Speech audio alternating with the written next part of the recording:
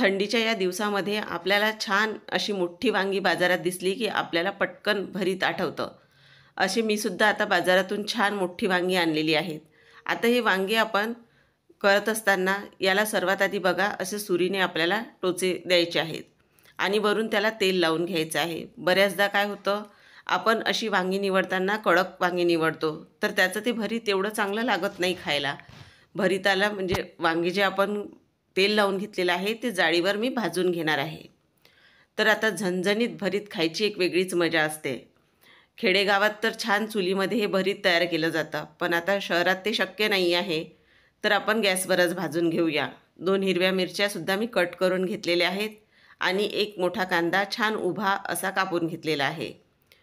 इथे टोमॅटो घेतला एक मोठा, पण मी त्यातला अर्धाच वापरणार आहे, कारण भरीत जास्त चवीला आंबट झाल्यानंतर ते चांगलं लागत नाही. तर यातला अर्धाच टोमॅटो मी वापरणार आहे आणि अर्धा बाजूला ठेवून देणार आहे. परत दुसऱ्या कुठल्या तरी भाजीमध्ये मला वापरायला होईल. तर आता इथे बघा छान मी हा टोमॅटोसुद्धा कट करून घेतलेला आहे. आता आपण टोमॅटोही बाजूला ठेवून देऊया. आणि इथे मटारसुद्धा होते थोडे माझ्याकडे, तर त्याचे दाणे त्या शेंगीचे काढून घेणार आहे. आणि इथे मटारसुद्धा आपण यामध्ये वापरणार आहोत.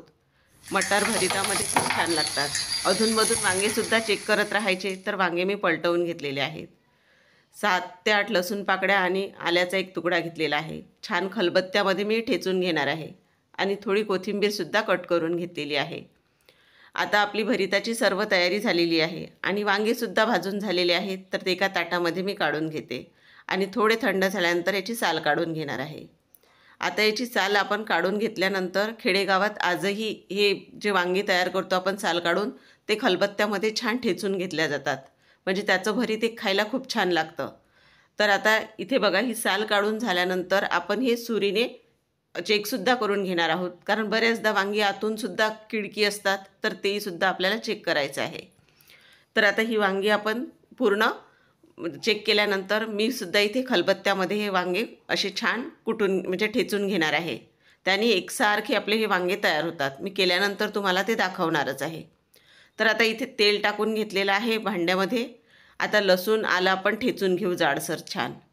तेल गरम झाल्यानंतर जिरं मोहरी घातलेलं आहे आणि त्यामध्येच आपण हिंगसुद्धा घालणार आहोत. हिंगाचाही खूप छान फ्लेवर येतो भरितामध्ये. त्यामध्ये आपल्या हिरव्या मिरच्या, कांदा देखील घालून घेतलेला आहे. छान कांदा आपण तेलामध्ये परतून घेणार आहोत.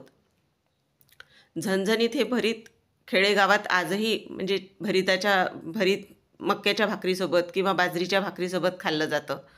तर आता बघा ही छान असं आपल्याला कांदा परतून घ्यायचा आहे. कांदा हलकासा थोडा आपल्या परतला गेल्यानंतर यामध्ये आपण आलं लसूण जे ठेचून घेतलेलं होतं छान, ते घालून घेऊया. ते देखील आता छान आपण परतून घेऊया. जास्त बारीक नाही करायचं भरितासाठी आलं लसूण, असं जाडसरच ठेवायचं.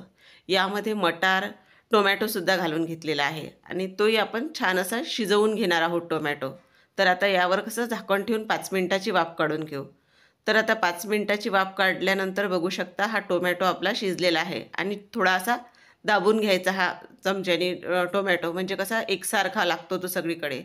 आता काही कोरडे मसाले घालूया. त्यामध्ये हळद, अर्धा चमचा गरम मसाला घातलेला आहे. तसंच आता अर्धा चमचा धना पावडर आणि लाल तिखट घालणार आहोत आपण. तिखट आता चवीप्रमाणे घालायचं, कारण हिरव्या मिरच्यासुद्धा आपण यामध्ये वापरलेल्या आहेत. तर भरीत चवीला थोडं झणझणीत असंच छान लागतं. तर त्यामुळे आता मी इथे तिखट घातल्यानंतर कोथिंबीर कट करून घेतलेली होती, त्यातली थोडी कोथिंबीर घातलेली आहे.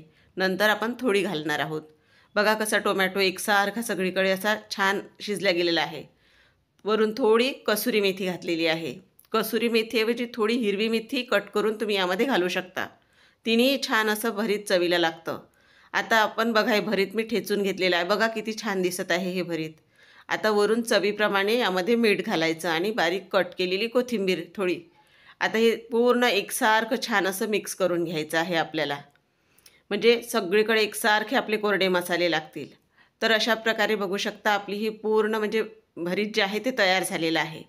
तुम्हीसुद्धा नक्की ट्राय करून बघा आणि रेसिपी आवडली असेल तर चॅनलला नक्की सबस्क्राईब करायला विसरू नका आणि जाता जाता एक लाईक करायलासुद्धा विसरू नका. पुन्हा भेटूया, तोपर्यंत धन्यवाद.